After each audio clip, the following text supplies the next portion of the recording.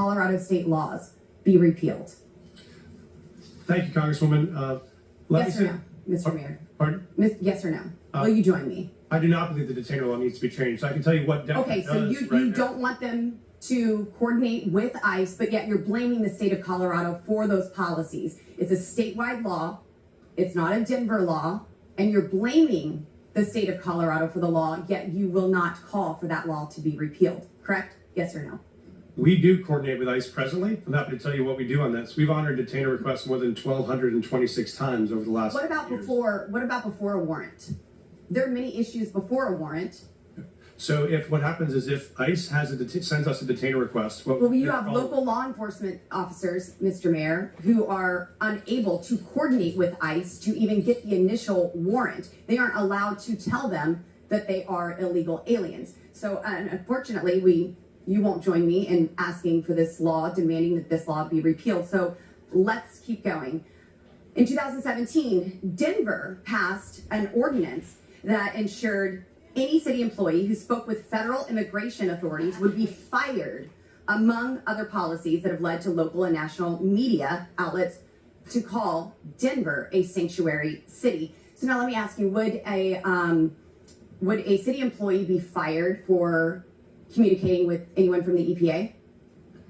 Right now, Congresswoman, our policies, we don't ask people's status. Would any city employee be fired for communicating and coordinating, talking with an agent from the EPA, a federal employee? Not to my knowledge, Congresswoman. What about Health and Human Services? Would they get fired for talking with someone from Health and Human Services? She won't even let him Not talk. to my knowledge, Congresswoman. So they would only be fired for talking to federal law enforcement officers. No, that's incorrect, Congresswoman. This is an ordinance city employees do in Denver fact, passed in 2017, Mr. Mayor.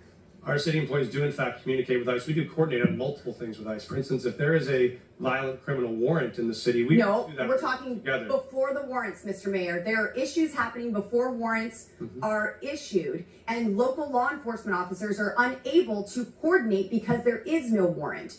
And your ordinance says that a city employee would be fired for communicating with federal law enforcement. So you've been mayor for 600 days. Have you ever called for that ordinance to be repealed? We are not unable to coordinate with ICE right now. We're in communication with ICE right now. Only if there is a warrant, but I'm talking prior to the warrant. We wouldn't have a reason to coordinate. Because you don't know if they're illegal, because you are unable to coordinate until there's a warrant. So that's why this ordinance needs to be repealed. So now the 600 days, there's been no time to ask for this to be repealed. You did have a newcomer's playbook, 25 pages. You had time to put that together. And you had time to agree with the city council to authorize up to $2 million to pay Joe Biden's former lawyer, his law firm, to help cover your ass for Denver's sanctuary city policies for this hearing, correct? Thank you, Congresswoman. We have counsel. Did you authorize that spending? We have counsel to support this committee's investigation into any documents you may have. That is a year-long contract for the 13,000 city employees. And your budget you may request is documents from. seriously declining. Denver Magazine reported that Denver has spent $7.5 million on shipping illegal aliens to other destinations. Mayor Adams, did Mayor Johnston ever coordinate with you and tell you that he was shipping illegal aliens to your city? We coordinated the communication around the entire asylum seeker issue in our cities.